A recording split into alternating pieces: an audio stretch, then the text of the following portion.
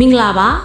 ကားမောင်းနေရင်ဖြစ်ဖြစ်ဆိုလာစနစ်မှာဖြစ်ဖြစ်ဘက်ထရီက volt အား voltage တက်နေပြီမဲ့တကယ်တမ်းသုံးလိုက်ရင်အားမခံတော့တာမျိုးကြုံဘူးကြမှာပါ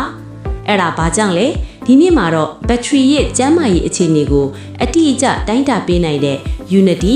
UT603A ဘက်ထရီ tester အကြောင်းကိုအသေးစိတ်တင်ဆက်ပေးသွားမှာပါဘာကြောင့် UT603A ကိုသုံးတင်တာလဲMultimeter ကဘက်ထရီရဲ့ voltage ကိုပဲပြနိုင်ပြီမယ် UT603A ကတော့ဘက်ထရီရဲ့ internal resistance အတွင်းခုခံမှုနဲ့ cold cranking amps CCA ကိုပါတိုင်းတာပေးနိုင်ပါတယ်ဘက်ထရီတစ်ခုဟာ voltage ရှိနေပြီမယ် internal resistance မြင့်နေရင်အလုပ်ကောင်းကောင်းမလုပ်နိုင်တော့ပါဘူး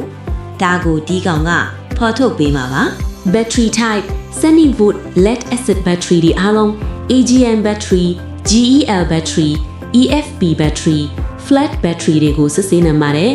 test range ချင်းငန်း 30Ah ကနေ 200Ah အထိရှိတဲ့ battery တွေကိုစစ်နိုင်ပါတယ် CCA range 40ကနေ 2000 CCA အထိကြဲကြဲပြန့်ပြန့်တိုင်းတာနိုင်ပါတယ် protection input over voltage နဲ့ reverse polarity အဖို့အမမှတက်ခြင်းကာကွယ်မှုစနစ်ပါဝင်ပါတယ် battery ရဲ့ SOH state of health နဲ့SOC state of charge ကိုရာခိုင်နှုန်းနဲ့ပြသပါတယ်။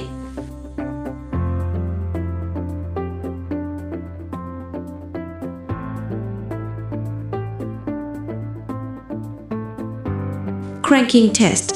engine စနိုးချိန်မှာ battery ဘိုးအားဘယ်လောက်ထိထိုးကျသွားလဲဆိုတာကိုစစ်ဆေးလို့ရပါတယ်။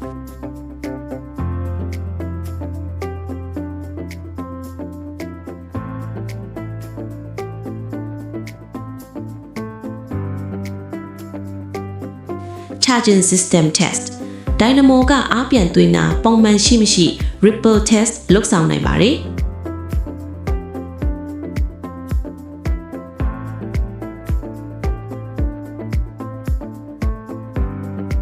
UT603A ဟာဘက်ထရီနဲ့ပတ်သက်တဲ့ပြဿနာတွေကိုကြိုတင်သိရှိနိုင်ဖို့အကောင်းဆုံးလက်တွဲဖော်ပါပဲဒီဗီဒီယိုကအသုံးဝင်တဲ့ဆိုရင် like share နဲ့ follow လုပ်ပြီးခဲ့ပါဦးဒီ battery tester ကိုအာမခံချက်အပြည့်နဲ့ဝယ်ယူခြင်းနဲ့တော့ MEW Engineering Group ကိုအခုပဲဆက်သွယ်လိုက်ပါ